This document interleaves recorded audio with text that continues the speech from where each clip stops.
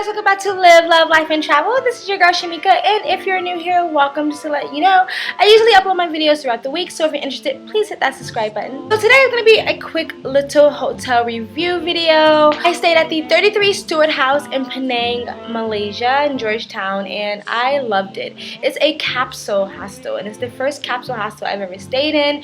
Usually they're a bit pricey, so I kind of stay away from them, but it was a holiday around that time, so all the guest houses that I usually stay at, or the hostels I usually stay at, was booked up. So it was the first time I was staying at a capsule hostel, and oh my gosh, I loved it, and I don't think I can ever just stay at a regular hostel again. I really love capsule hostels because it's almost like it's a great way if you're still on a budget and you want your privacy, but you don't want to spend money on a single guest room. It's like the in-between. It's a great middle. It's a good compromise.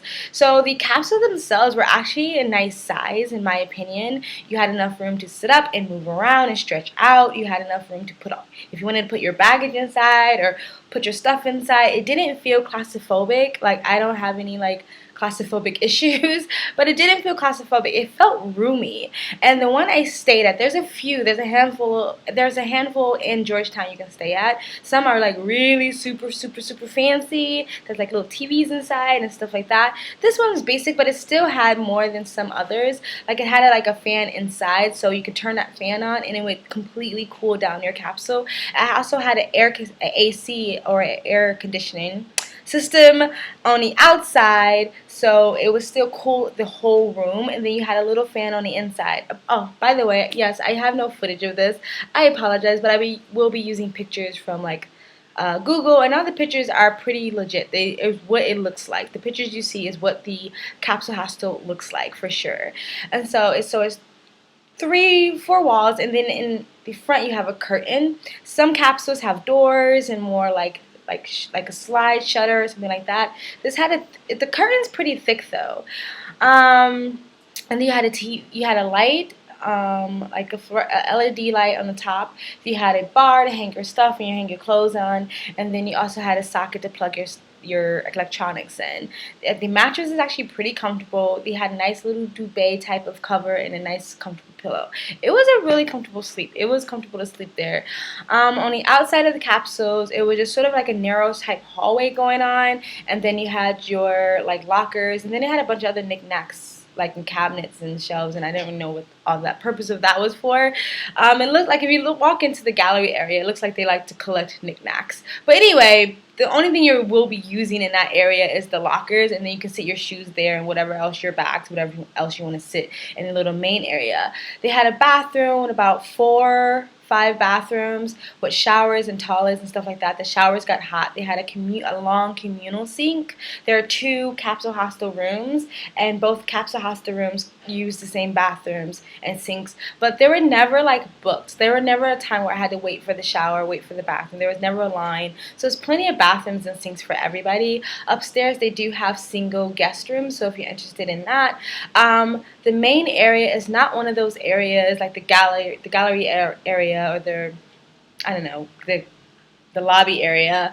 The main lobby area is not one of those places that you just go chill and cool out. It's not like a backpacker hostel. It's not where people are going to go and chill out and just play games and cards and just chit chat, travel talk. It's not one of those type of hostels. The lobby area is pretty much what it is. It's a desk to sign in and to pay for your stuff.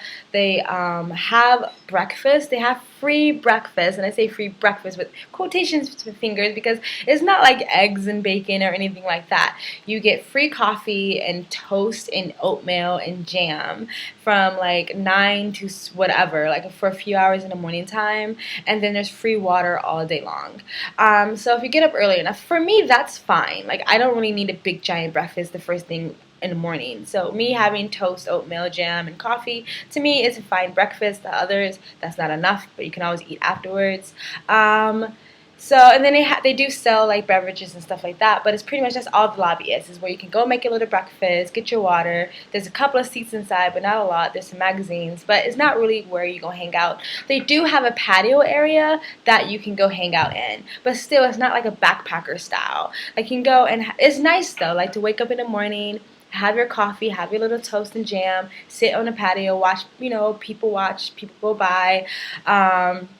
There's sockets so you can work on patios for the digital nomads. The Wi-Fi is actually pretty good. For Penang, Malaysia, for Georgetown, is actually pretty good. That was the first hotel I ever stayed in Malaysia where the Wi-Fi was decent, where I didn't have to go to a cafe and do my work. So for digital nomads, perfect place because the Wi-Fi is actually pretty good. They have two router boxes that they play off of, and maybe that's why it's better because most places only have one router box. Pretty good Wi-Fi. They have a good security system. Like you put down a deposit. So if you go on Agoda and look at the reviews, there are people who are there are like one person really that was complaining about the extra money you have to pay, and they also said they don't tell you what the money's for. They do tell you. You do have to pay like a tax. I don't know if everyone else includes their tax in the amount you pay in the beginning, or if it really is a tax, or if they're the only ones who are. There's not a lot of people who are asking for this tax, but the tax wasn't that much. It was like $1. Like it's not that much, or it's less than $1 really. And then you have to put a deposit down for the key, but the key is so you can get into the building, because at a certain time when it gets too late they lock the front door, which is good security for people who are worried about the security and staying in certain places. So they lock the front door and everybody has a key to get inside, and then there's a separate keypad to get yourself inside the actual hostel area. So the security is pretty good, not that it's dangerous or unsafe, but it has good security. And then it's right around the Penang area, right around the Love Lane area. So all the little shops, cafes is right next to where everyone goes and buys little drinks, and it's like an outdoor gathering bar area. So it's in a good location. The people who are working there are really nice, really polite, really informative. They can help hook you up with your visa and stuff like that, or getting transport to the other islands in Malaysia, or getting back to Bangkok or Koh Phangan or wherever you're going. So all in all, like I would give this hotel like an 8.5 out of 10. Why 8.5? I don't know. I guess the lobby area could have been better. Like I wouldn't mind a more like loungy lobby area, because that's kind of what I'm used to. Somewhere you can just lounge and be for a while if you wanted to be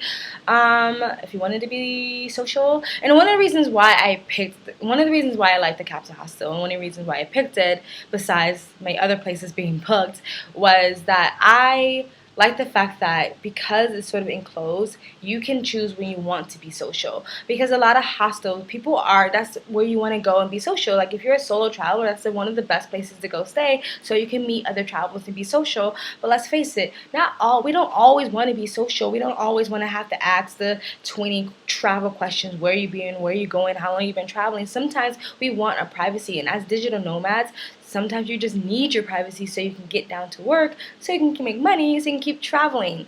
And when you're in an open-air hostel that's not enclosed, sometimes you just can't help it. You don't want to be rude when people are talking to you, so you just end up in conversations. Not that I'm saying I don't want to talk to people, but sometimes I'm just not ready to talk to people. So I like the fact that in the capsule hostels, I can shut myself in and nobody knows I'm there, and I can put my earphones on and just be private and get my work done and do what I need to do. And when I'm ready to be social, I can just come out and walk the streets and go to other hostels and be social with other people. That's one of the reasons why I think it would be nice if the lobby area was a little bit more sociable, so you didn't have to actually leave the hotel to go find people to talk to. It would be people there. But anyway, I still think it's like an 8.5 out of 10. I really think it's a good hostel. So the 33 Steward guest house or something like that. It's right off the Love Lane. It's really cool. I think it was priced, when I booked it on Agoda, it was like the price was fluctuating a lot actually because of the holidays, I think. So it would be like 2 something and 3 something on Agoda, but if you pay in cash, I believe it's like 40 ringgit, which is like 400 baht. I still think it's a pretty good deal compared to the other capsule hostels. Those capsule hostels were more expensive than that. I only saw one that was cheaper, but it was really bare bones. It didn't have anything inside the actual hostel, which is like a mattress and a cover, and that's it. But that's fine too. Anyway, love the place. Probably will stay there again, maybe someday, or maybe I'll try another place. I don't know. Sorry I don't actually have any video for you guys, but that was my review for the 33 Steward house in Penang, Georgetown, Malaysia.